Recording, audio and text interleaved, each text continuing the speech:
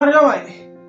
එතකොට දඬුවම් සම්බන්ධව අපිට කතා කරන්න තියෙන ඊළඟ වාදය. ඒ කියන්නේ දාර්ශනික වශයෙන් ඉදිරිපත් වෙච්ච දඬුවම් පිළිබඳ වාද සම්බන්ධව දැන් අපි නීවරණාත්මක වාදය ගැන කතා කරා.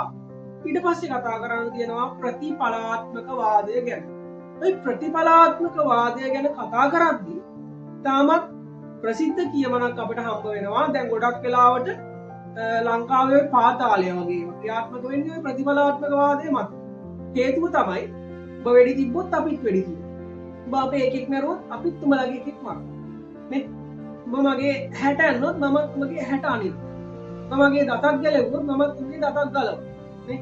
අර ඇහැට ඇහැ දතට දතක් කියන සංකල්පය. එහෙම නැත්නම් යම්කිසි කෙනෙක් මට යම්කිසි වැරද්දක් කරනවා මමත් ඔහුට ඒහා සමානවම වැරද්දක් කරනවා. එතකොට දඬුවම් පිළිබඳව ඉදිරිපත් වෙච්ච මුල් කාලීනම අදහසක් මේක ගෝත්‍රික සමාජයේ ඉඳන්ම ආපු එකක්. නේ? ගෝත්‍රික සමාජවලත් මේක වෙලා තියෙනවානේ. එතකොට ඒගොල්ලෝ එච්චර අර සංවිධිත නොවන සමාජයක තමයි මේක වෙලා තියෙන්නේ. හරි හැබැයි ඒක දැනටත් ක්‍රියාත්මක වෙනවා ගොඩක් රටවල් වල වගේම ලංකාවේ. හරි දැන් ඔන්න යම්කිසි පුද්ගලයෙක් කෙනෙක්ව ඝාතනය කරොත් ඒ ඝාතනය කරපු පුද්ගලයාව තව කෙනෙක් ඝාතනය කරන්න ඕන කියන එක තමයි මේකෙන් අදහස් කරන්නේ.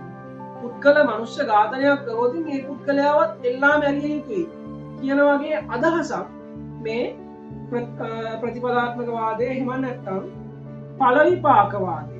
මේ විපාක ඵල වාදය කියලා අපි මේක හඳුන්වනවා. මේ විපාක ඵල වාදෙම කියන්නේ මේ වගේ අදහසක්.